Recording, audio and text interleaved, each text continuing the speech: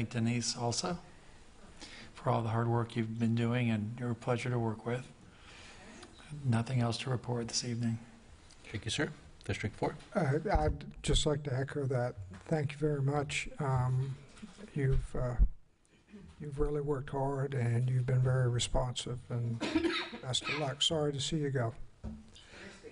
That's all I have, Mr. Mayor. Thank you. District 2. Thank you, Denise, and thank you for taking it on the chin when I just kept hammering at you on question after question after question. You took it like a champ, and I appreciate it. Very professional. Definitely appreciate it. And I've got library hours on Friday from 5 to 6, so it'll be a Valentine's Day. Thank you. District 1. Thank you so much, Denise. And I have nothing to report. Thank you. Thank you, Denise, very much. Appreciate working with you the last couple of months.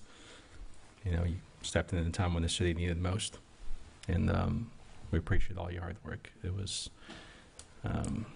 y'all don't see it, the emails I get at 11 o'clock, 12 o'clock from Denise, and then somehow at 5 o'clock in the morning again. Yeah, more than once a day.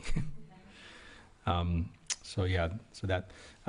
Also, last commission meeting, I shared with the commission a letter that was sent to the White House. The next day, we met with the Big C. Recording in progress. The Big C, which is the 11 Barrier Islands Mayor's Council. The mayors unanimously agreed to send out 2 letters to the White House.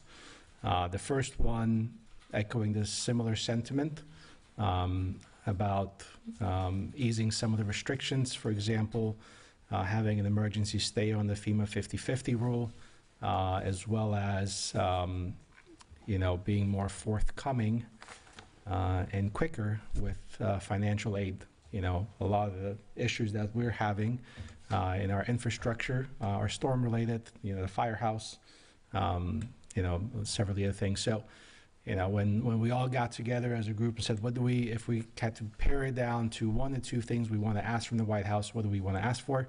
So those are the 2 things that were the primary concern is, easing some of the FEMA restrictions, and then also, federal funding. But also as part of that discussion, I also proposed that we send a second letter to the White House for beach renourishment. So the current holdup on beach renourishment, it is an administrative hold, which means they've got the permits, everything's ready, the money is sitting there, but we're just being held hostage because there is an administrative change that they decided to implement a few years ago, which is to require perpetual easements for homeowners and business owners and everyone that has a beach property. Now, that was an administrative change that was implemented several years ago. St. Pete Beach, by comparison to some of our sister cities, Treasure Island, Sand Key, they're disastrous. They were at negative sand of where they need to be. They had no dune system. That was before the hurricanes. You can only imagine what their situation is. A lot of our dunes are gone.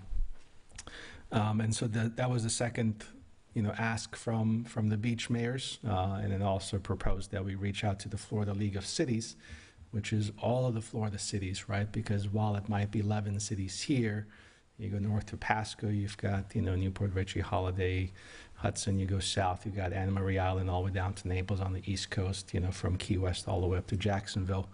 We're all in the same boat, and not just Florida, but then also beyond that all the way up, to Maine. On the other coast as well, they're being held up with beach renourishment because of this administrative hold. And so that was the second ask. So we're actually all getting back together on Friday to sign these letters and send them out to the White House.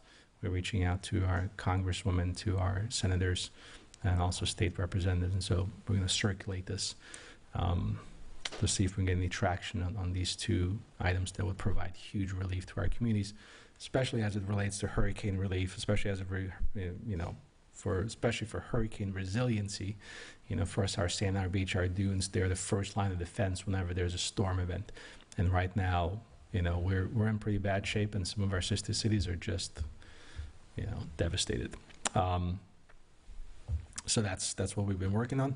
So I just want to give you an update on that. I'll publish the copies of those letters from the Big C as it becomes available, hopefully on Friday. So with that, One thing, I'm sorry, because the internet disconnected, Commissioner Resnicki did have one thing to announce. Okay. She wanted to say, I don't know if she's listening. Did you want to speak, Commissioner Resnicki? I can announce it. Okay. There's a Don Cesar Property Owners Corp meeting, their annual meeting on February 23rd at the Warren Webster at 6 p.m. thank you so much. All right, unless there's anything else, we are adjourned.